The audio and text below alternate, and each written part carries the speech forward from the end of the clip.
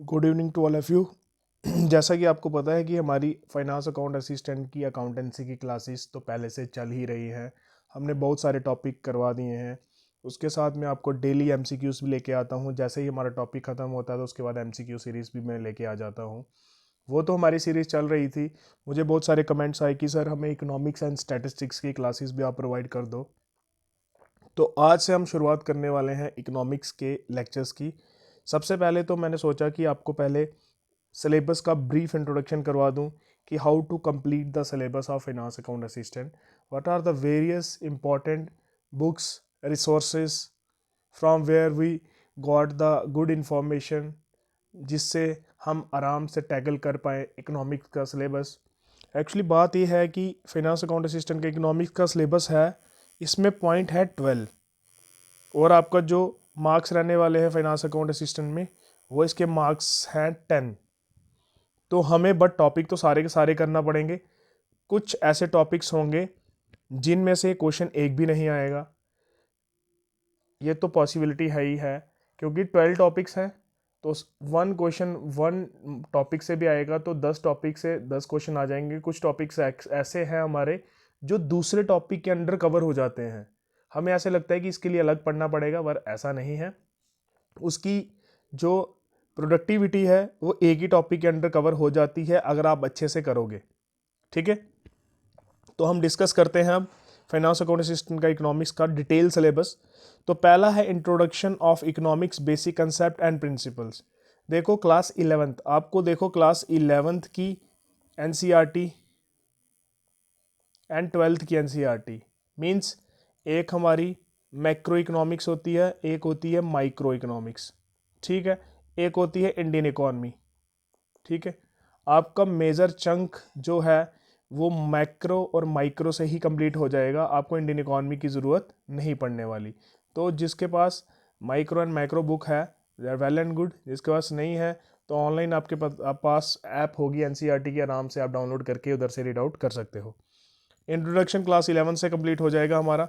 Physical policy and monetary policy, ये topic हर एक person ने आई थिंक पहले से क्लियर कर लिया होगा कि फिजिकल पॉलिसी कौन बनाती है, हमारी गवर्नमेंट ऑफ इंडिया बनाती है, और जो मॉनेटरी पॉलिसी होती है वो कौन बनाता है, आरबीआई बनाता है। देखो अभी आपको एक टॉपिक आरबीआई का इधर मॉनेटरी पॉलिसी क्लियर होगा और साथ में ही देखो topic number 12 role of RBI.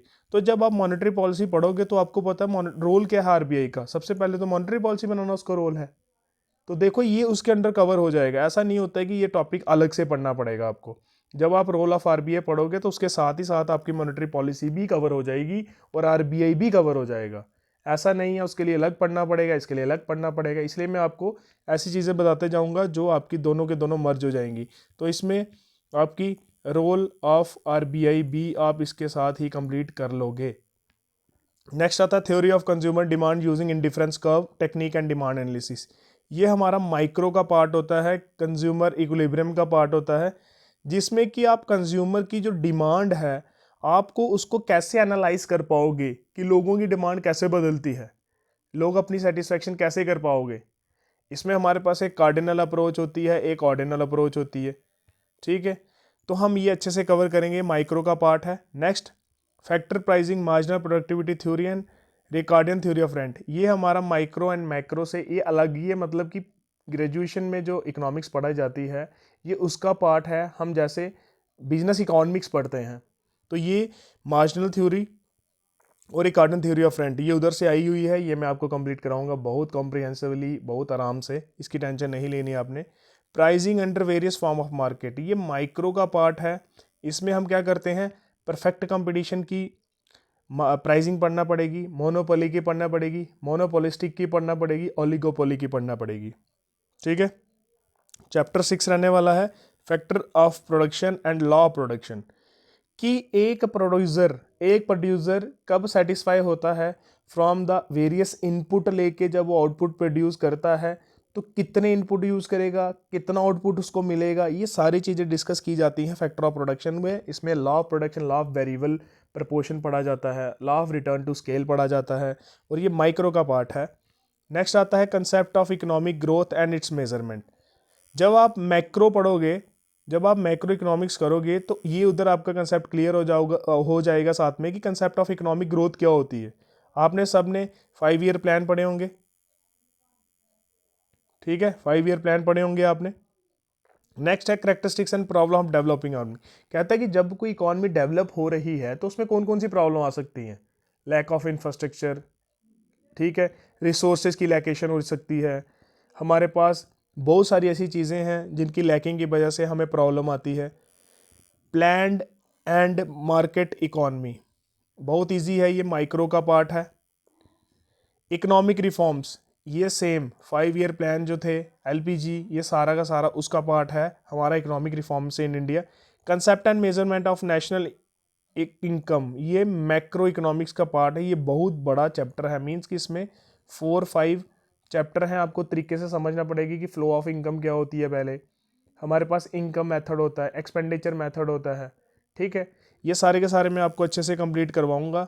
Actual में ये जो टोटल पूरा सिलेबस है इसमें हम मिक्सेशन करते हैं माइक्रो एंड मैक्रो, ये दोनों को मिलाएंगे और इसके बाद हम कोशिश करेंगे जैसे जैसे हमारा एक टॉपिक कंप्लीट होता जाएगा उसके साथ साथ हम MCQs ज़्यादा प्रैक्टिस करें, क्योंकि इसमें MCQs प्रैक्टिस करने से क्या होता है कि हमें कंसेप्ट की ज़्यादा क्लैरिटी रहती है।